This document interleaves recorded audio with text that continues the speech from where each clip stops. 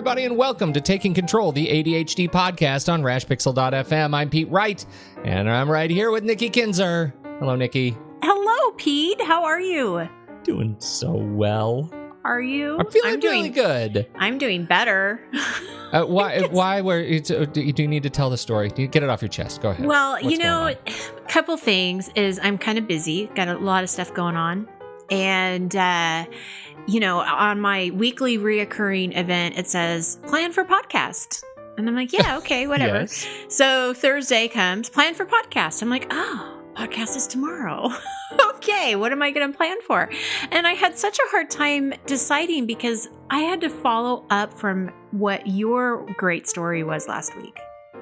Oh. And that was fun. It was great, and I loved it. And, I know we've gotten some really positive feedback on it, and people thanked you, and I thank you. And it was just so great that I'm like, oh, man, how do I follow up on that? Like, how? How do I do that? I'm done. I'm just done. Well, that's ridiculous. I know. You know what that thank is? You. I should what say that could thank be? you very much, but yes, it's ridiculous. It's brain damage. What is that?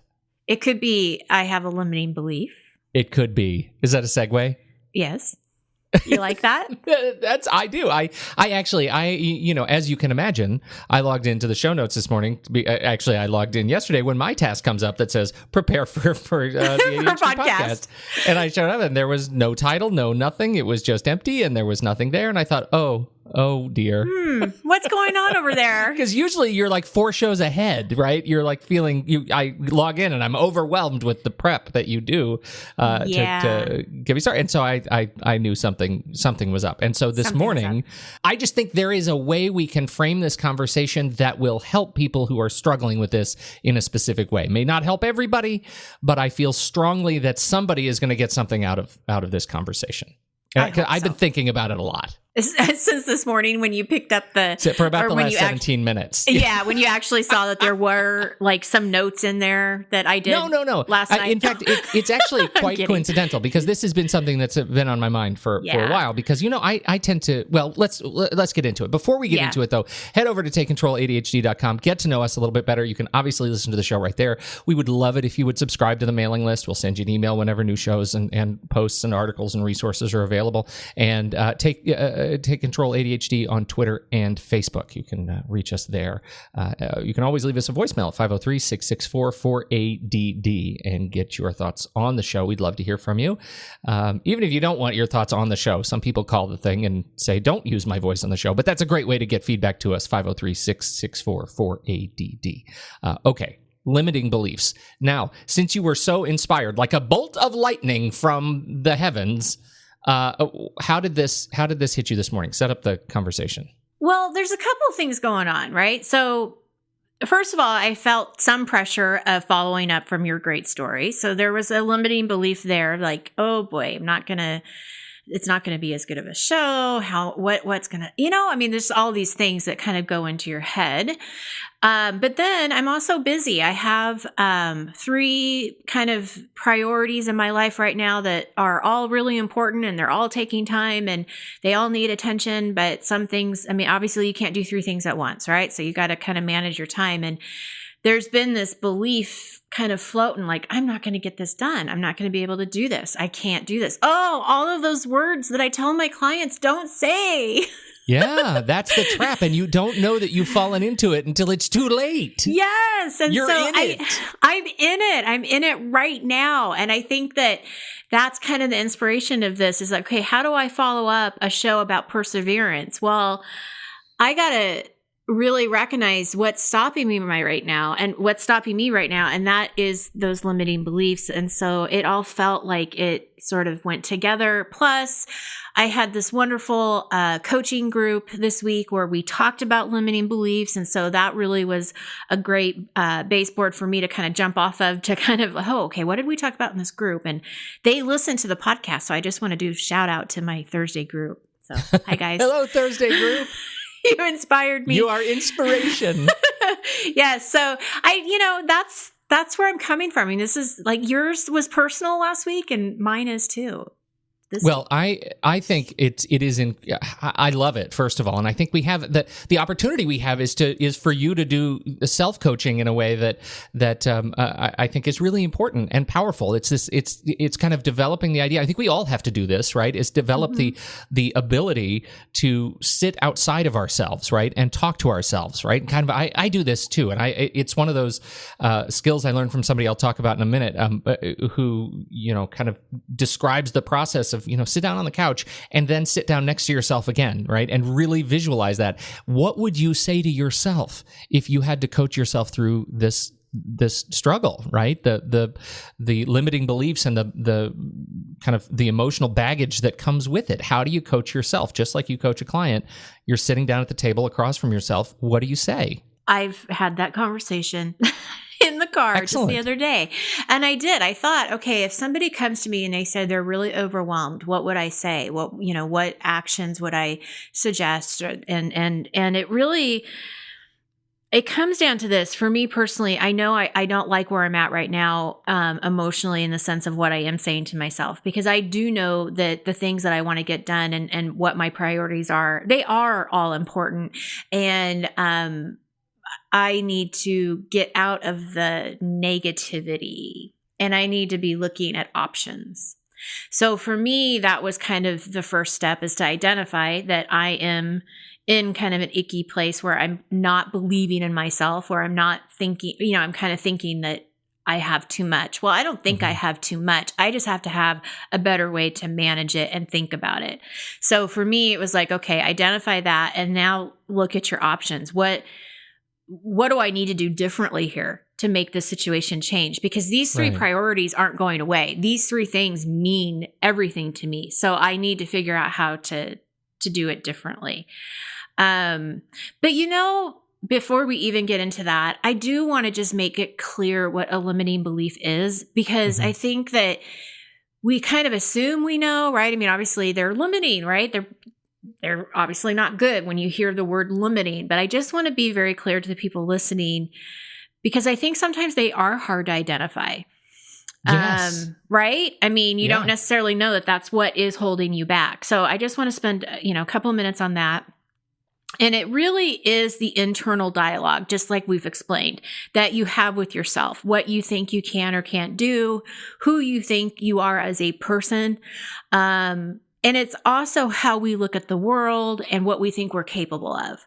And these messages, they come in the form of what I just explained, like, I can't do this because I don't have time. Or for some people, there may be some judgment and shame attached to it. So they may feel like, well, I can't do this because I'm not good enough. I think that's the bigger one, right? It's the inventing a story to fit how you feel, right? In your case, you just described, like, I can't, like, how am I ever going to come up with something that felt as good as last week's story? I'm not good enough to do that. That's judgment. And it's total brain damage. Of course, it happens to all of us, but that's the limiting belief. It's a story that you make up to fit your emotional belief. You're driving cars, somebody cuts you off. You make up a story that they must be a horrible person because, otherwise they wouldn't cut you off. Like a good person wouldn't cut you off on the highway. And so you make up a story about it, and you make up a story about what you would like to say to them if they hadn't cut you off and exited the highway, when the truth is they probably are having a bad day themselves, and they were in a hurry and they were late and they just accidentally cut you off. It is likely the most simple solution, but you've made up a story, and that limits you from moving forward to the next thing you have to do, free of that baggage that you just collect throughout the day. Yeah, absolutely. Well, and it was interesting because one of the things that got brought up in the coaching group was the question of is there a connection between imposter syndrome and limiting beliefs? Totally. And I mean, that's what I said. I'm like, yes, absolutely. There's a connection, because it's that feeling of I'm a fraud. I shouldn't be doing this. It's the limiting belief that's making you feel like you're a fraud. Who or what in your life has told you that you can't do this, or that you're not qualified, or whatever the situation is? So there's a lot of, connections here that happen with limiting beliefs.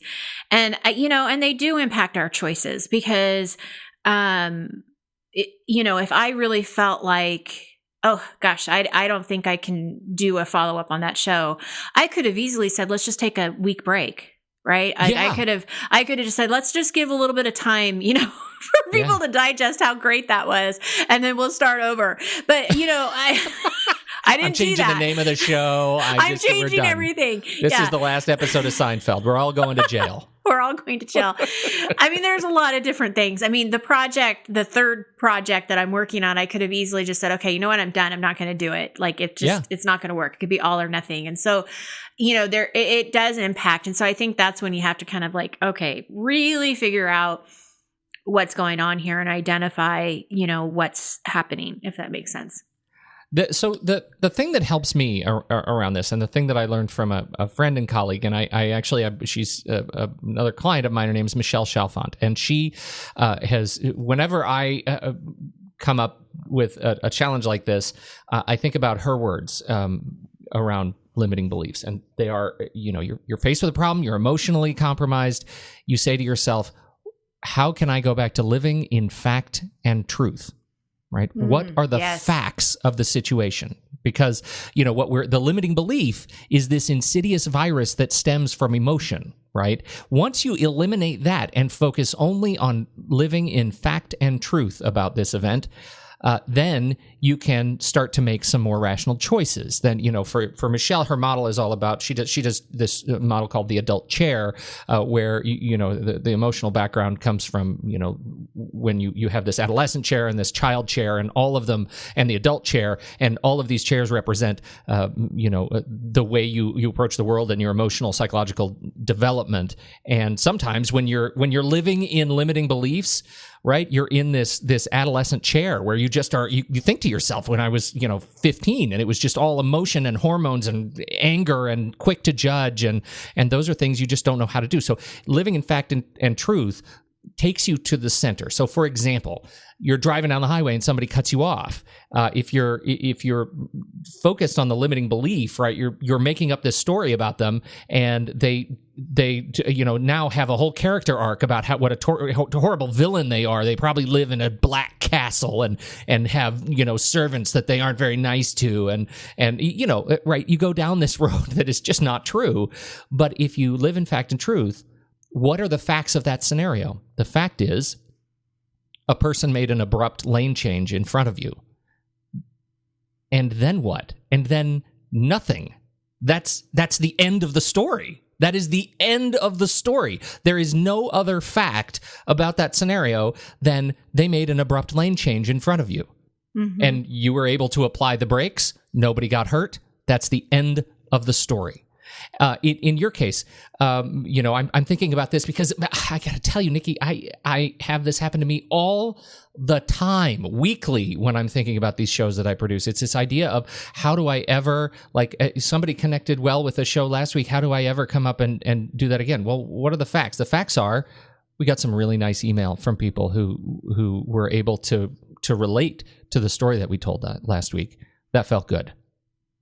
That's the end. That's the end of the story. That's right. The end of the story. The only next step is, let's try to do that again. Right. Right. And so living in fact and truth is a mantra that I have been carrying around for weeks and weeks, because it's so hard to do. But when you do it, and when you get to the point where you can approach a scenario and just say, that's the end, that's changed the way I think about limiting beliefs. Totally. Well, and it's interesting as you're saying that, because I'm just thinking about our conversation before we went on the air. And I was telling one of the things that is kind of stressing me out is that I have a new online course that I'm working on. Which is going to be awesome. It's going to be awesome. Planting the seed right now. It's going to come out in spring. Mm-hmm. And, it's something that is a priority, but it's not one of those things that's so pressing. Like, my clients are going to be more important. My family obligations are going to be more important. And so it's trying to figure out how to balance those three things, right? Mm-hmm. And I think the limiting belief was, Pete is leaving to go on this great trip for 3 weeks. And if I don't get what I need to get to Pete, then this launch isn't going to happen. What was adding stress is that I was trying to put in a lot of extra hours and trying to figure out how to get the time I needed to work on the time there's a hint.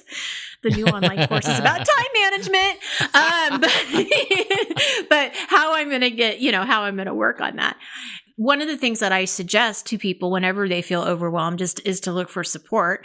And I look to Pete for my support because he is definitely part of this whole development of this program. And, what I think he helped me with is to realize, okay, this is fact, this is truth. And what are you putting on yourself that is self-imposed? Like, what's the stress here that I'm putting on myself that may not be necessary? So when we started looking at the time schedule and really figuring out, okay, this is what you can do up until this point, and then we can finish it. It was like, I guess I forgot about that truth in between. Like, I was only looking at the deadline and I wasn't looking at the whole picture. Yeah. And the truth was, you're the one who's in control of the schedule. You own that. Totally. Yeah, right? I own that. And so you even asked me, like, what does a couple weeks matter? Well, it really doesn't. It doesn't. I was so set that this is kind of the time frame. But I also, at the time that I made this time frame, I wasn't putting into consideration my client load and family obligations.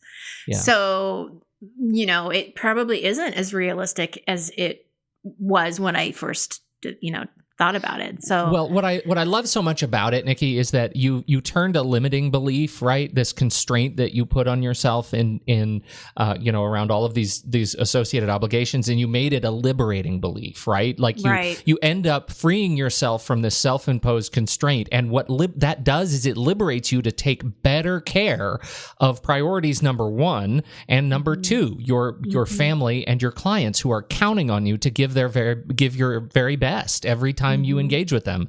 And if you are sort of clogged up with, this other project that is not necessarily as time sensitive, certainly not as time sensitive as your client's needs, then, that's an improvement for everybody. You don't have to be as stressed, and neither they don't. No. They actually get what they expect from you. What they need, yeah. I just think I have to just say something funny. So I was telling my husband this morning, I'm like, I'm just don't have a lot of time to work on my time project. He started laughing.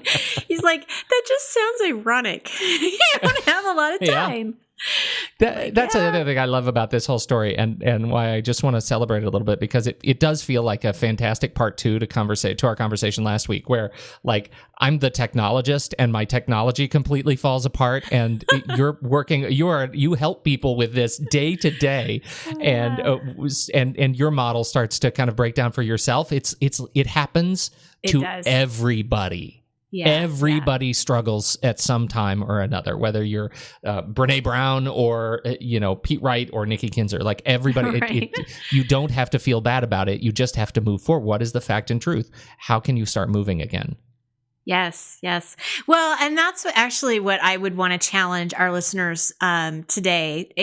When you're listening, is to challenge yourself to figure out what are your limiting beliefs, and pick maybe one or two of them, and really think what is the fact and what is the truth, and is there a different way to shift how you think about this and moving forward. And I can tell you, I feel 10 times better right now than I did, an hour ago. So I definitely was able to make that shift, and I'll do what I need to do. And I keep, what is that little train? You just keep going.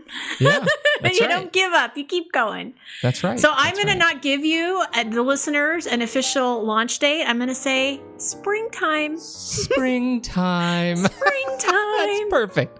That's a nice broad window. Yes, I love it. Well, it'll be great when it comes, and this is great conversation. So thank you for sharing. It actually is. I think it means a lot to have you share quite so personally that when you feel like this is a struggle, that it happens, and it's okay. Yes. It's okay. That's right. And thank you everybody for downloading and listening to the show, and new listeners. We've seen a lot of growth over the last few months in terms of the podcast. So welcome to new listeners. Thank you so much for giving us a shot and adding us to your podcast collection. We sure appreciate your ears and your attention today. So thanks to everybody. And on behalf of Nikki Kinzer, I'm Pete Wright. We'll catch you next week right here on Taking Control, the ADHD podcast.